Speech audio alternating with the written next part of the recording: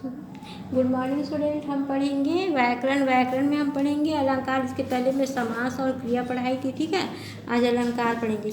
अलंकार क्या है ना, कविता में अलंकार के प्रयोग से उसकी सुंदरता बढ़ जाती है। अलंकार शब्द का अर्थ ही आभूषण होता है। देखो अलंकार क्या है, आभूषण है।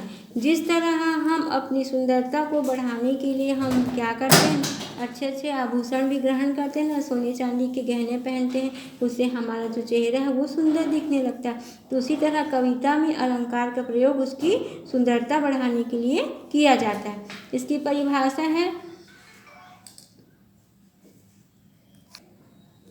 अलंकार की परिभाषा, काव्य की शोभा बढ़ाने वाले तत्व को अलंकार कहते हैं। क्या कहते हैं, काव्य की शोभा बढ़ाने वाले तत्व को अलंकार कहते हैं। अलंकार के प्रमुख दो प्रकार हैं, पहला शब्द अलंकार, दूसरा अर्थ अलंकार, ठीक है।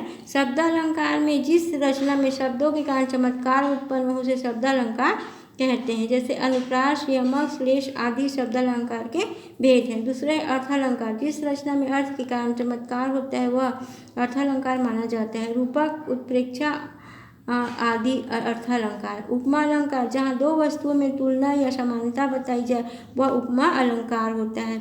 जैसे हम किसी चीज़ के बोलते हैं, जैसे कि वो पढ़ाई कर रही थी तू भी क्यों नहीं पढ़ता, इस टाइप की उपमा देते हैं ना, वो क्या है, दो वस्तुएं हैं, दो वस्तुओं की तुलना एक समान की जाती है, उसे हम उपमा अलंकार कहते हैं। उपमा अलंकार के लिए चार बातें आवश्यक है, उपमेय, उपमान, समानता, वाचक शब्द और समान धर्म। जैसे उदाहरण के नीलम की सी नीली आंखें, उपमेय है जिसका वर्णन किया जाता है या जिसकी उपमा दी जाती है उसे उपमेय कहते हैं। अगर हम किसी की उपमा दे रहे हैं वो क्या कहलाएगा, उपमेय।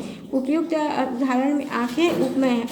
नीलम की सी नीली आंखें मतलब आंखें जो क्या है, उपमेय है, उसकी उपमा दे रहे हैं। किसके जैसी आंखें हैं, नीलम की जैसी।